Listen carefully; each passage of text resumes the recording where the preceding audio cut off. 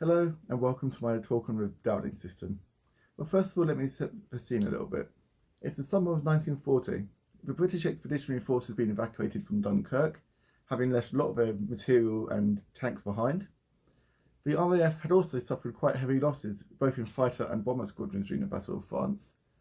And the Royal Navy had lost ships, both covering the evacuation of Dunkirk and at the earlier Battle for Norway. At this stage, Britain's armed forces were looking very weak compared to the seemingly invincible German juggernaut. And Germany's eyes turned northwards to Britain. The only thing preventing a quick invasion of Britain was the Royal Air Force's control of the sky. But Fighter Command needed a tactical advantage to maintain this command so that their limited resources could be used effectively against the numerically superior Luftwaffe. This is where the Dowding System came into play. The Dowding System is a command and control structure where information on German bombing raids could be gathered from radar stations and observation posts, and if this information would be filtered through the command structure of headquarters through to group and sector operation rooms, so that fighter squadrons could be scrambled to intercept and engage these German bombing raids. Dowding himself noted that the Dowding System's role was a purely defensive one in preventing a German invasion by maintaining that control of the skies, and through preventing an invasion, giving Britain a bit of breathing space to recover from the losses incurred at the early stages of the war. The purpose of the system was to scramble squadrons to intercept German bombing raids, rather than using the ineffective tactic of sending out standing patrols, where squadrons of planes would be sent to patrol a certain area of the sky and engage planes in that area. Instead, when a German bombing raid had been detected, and they knew the direction and height of them, they would then send a squadron to attack them. The Dowding System, in fact, was actually largely set up before the war, and the need for such a system was graphically shown during RAF exercises in 1935, where fighter squadrons had very poor interception rates of mock bombing raids over London. But how did this system actually work? The first line of defence was radar or radio direction finding stations all around the coast of the UK, but mainly focused on the southern and eastern coasts. And this chain of stations was known as Chain Home. And by the end of the Battle of Britain, there were 56 radar stations in operation. As the German bombing raids were taking off and forming in the skies above France, the operator in the station would already be picking them up on his radar, because these radars had a range of 60 to 90 miles, and would be determining the raid size and its height, and making a guess of its direction.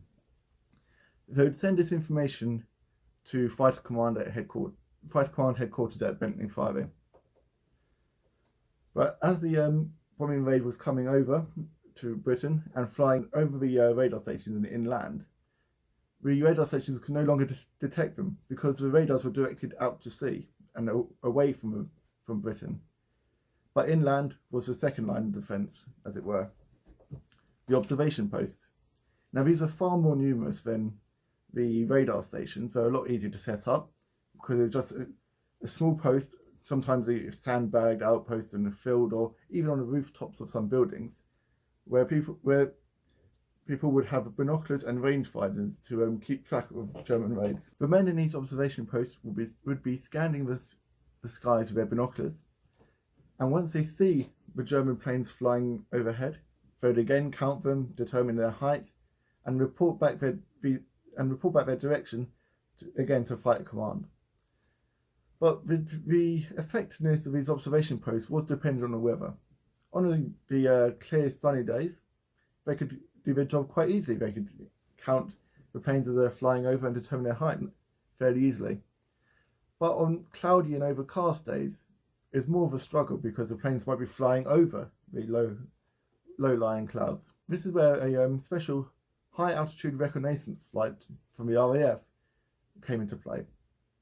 These would patrol likely German bombing routes, and once they see the German raid, would report the vital information back to headquarters as well. Now that the German bombing raid had been detected and tracked across the skies of Britain, the second stage of the Dowding system came into play, that of command, where the information previously gathered would be used to scramble fighter squadrons to intercept and engage the raid.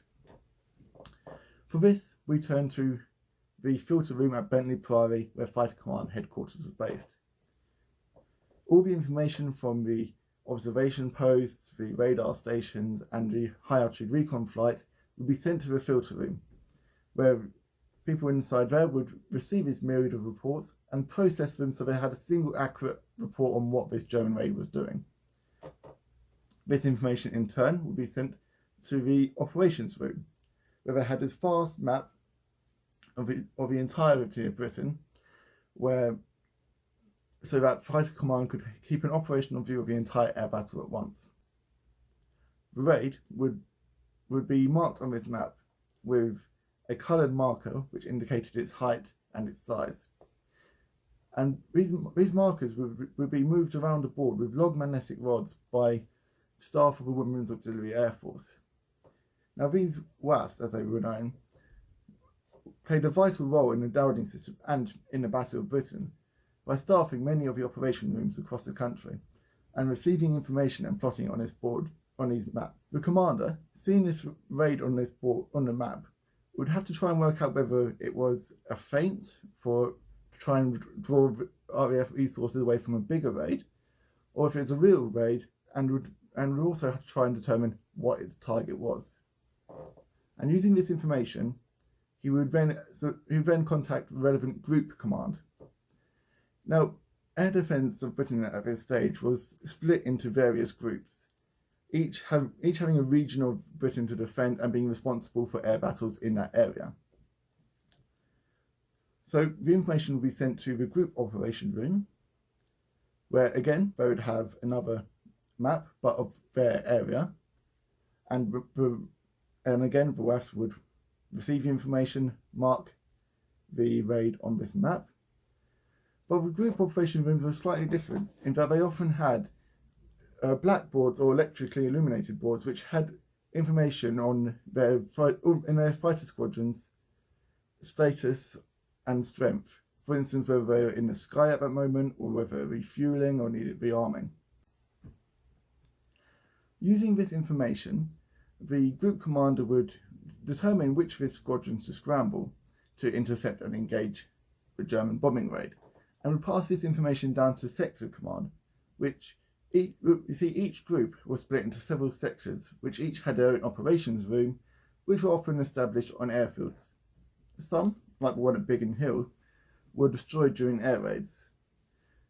These sector operations rooms had direct responsibility for the fighter squadrons in their sector, and on receiving the information from group command, would give the order to scramble the fighters, and would also provide vectoring information to direct the fighter squadron to the bombing raid to engage them.